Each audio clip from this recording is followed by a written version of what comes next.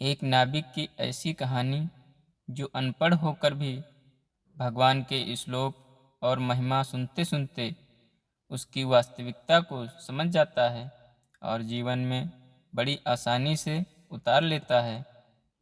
एक संत को एक नाविक रोज इस पार से उस पार ले जाता था, बदले में कुछ नहीं लेता था। ये सोचकर कि आखिर संत के पास होता ही क्या है। नाविक स्वभाव से काफ़ी सरल था, पढ़ा लिखा तो नहीं था, लेकिन समझ की कमी नहीं थी। साधु रास्ते में ज्ञान की बातें कहते हुए उसे कभी भगवान की सर्वव्यापकता बताते और कभी अर्थ सहित श्रीमद् भागवत गीता के श्लोक सुनाते। नाविक मछुआरा बड़े ध्यान से सारी बात सुनता और बाबा की बात हृदय में बैठा लेता। एक दिन साधु नाविक को अपनी कुटिया में ले गए और बोले, वत्स, मैं पहले एक व्यापारी था, धन तो कमाया था, लेकिन अपने परिवार को आपदा से नहीं बचा पाया।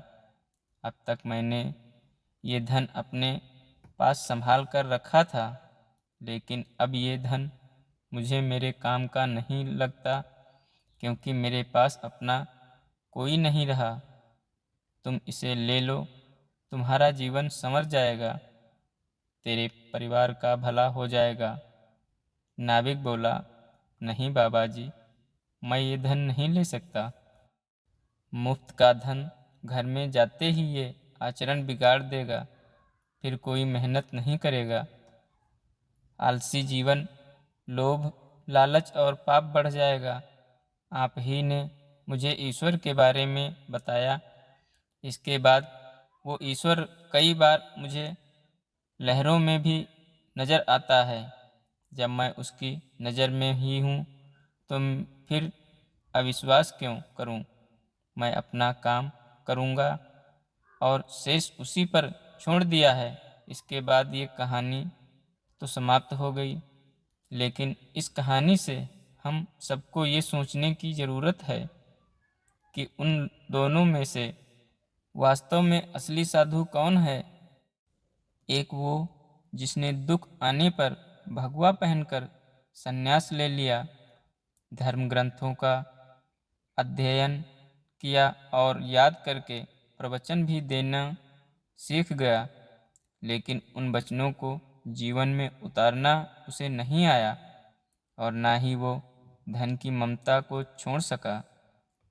वही एक वो निर्धन नाविक जिसको ये भी नहीं पता कि सुबह खाने के बाद शाम की रोटी वो जुटा भी पाएगा या नहीं।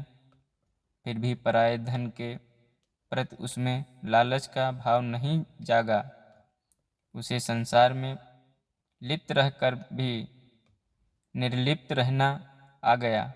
उसने भगवा नहीं पहना, संन्यास नहीं लिया, लेकिन उसका ईश्वरीय सत्ता में विश्वास अडिग हो गया। अनपढ़ होकर भी उसने श्रीमद् भागवत गीता के श्लोक को समझकर अपने व्यवहारिक जीवन में उतार लिया। धन्यवाद दोस्तों।